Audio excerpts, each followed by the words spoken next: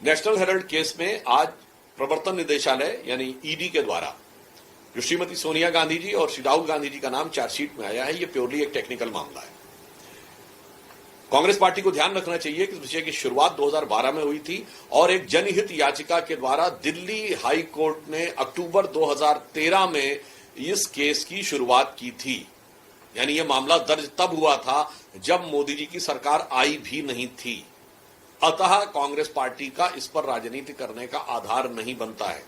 Technically देखें तो यह भारत के इतिहास का एक विचित्र मामला है जिसमें कोई एक ऐसी कंपनी 90 करोड़ की देनदारी में बिक गई जिसके पास हजारों करोड़ की संपत्ति थी, जो किसी के द्वारा समझ में आने वाली बात नहीं है।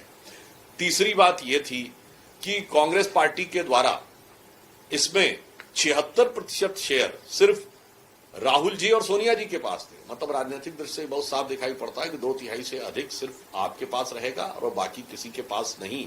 और मजे की बात यह है कि बाद में यह ने तय किया कि प्रकाशन बंद हो जाएगा और प्रॉपर्टी के बिजनेस में काम करेंगे। ये अपने आप में बड़ी विचित्र बात है। तो कांग्रेस पार्टी से एक सवाल पूछना चाहता हूं। आप कहते हैं कि पंडित नेहरू के द्वारा स्थापित थी, स्वतंत्रता संग्राम सेनानियों के द्वारा एजेएल एसोसिएटेड जनरल लिमिटेड स्थापित की गई थी। तमाम तो लोगों ने आपत्ति दर्ज की थी कि शेयर धारकों के पास शेयर थे उस जमाने के और उनसे पूछे बगैर यह दे दिया गया। तो यह गंभीर तकनीकी प्रश्न था। जहां तक मुझे ध्यान है तो शायद ये शांति भूषण जी ने भी इस विषय के ऊपर कहा था कि उनके पास भी कोई शेयर थे। खैर वो विषय अलग। मैं एक नैतिक प्रश्न पूछना चाहता हूं। कांग्रेस के लगातार 5-6 दशक तक सत्ता में रहने के बावजूद कांग्रेस के अनुसार स्वतंत्रता संग्राम सेनानियों को समर्पित पंडित जवाहरलाल नेहरू जी के द्वारा स्थापित ये तीनों अखबार इस कदर घाटे में कैसे चले गए कि वो बंद हो गए। कांग्रेस सरकारों ने उन्हें कोई सपोर्ट नहीं किया। बाकी तो छोड़िए, क्या कांग्रेस कार्यकर्ताओं ने भी सपोर्ट नहीं किया? अगर केवल कांग्रेस के 10% कार्यकर्ता भी नवजीवन, नेशनल हेराल्ड और कौमी आवाज खरीदते रहते तो उनके बंद होने की नौबत नहीं आ सकती थी और 90 करोड़ का घाटा तो 10 साल के अंदर चुटकी बजाते हुए पूरा हो जाता। तो कांग्रेस से भी पूछना चाहता हूं, अंग्रेजी में नेशनल हेराल्ड, हिंदी में नवजीवन, ये उर्दू में कौमी आवाज को भी आपको ग्राहक नहीं मिल रहे थे।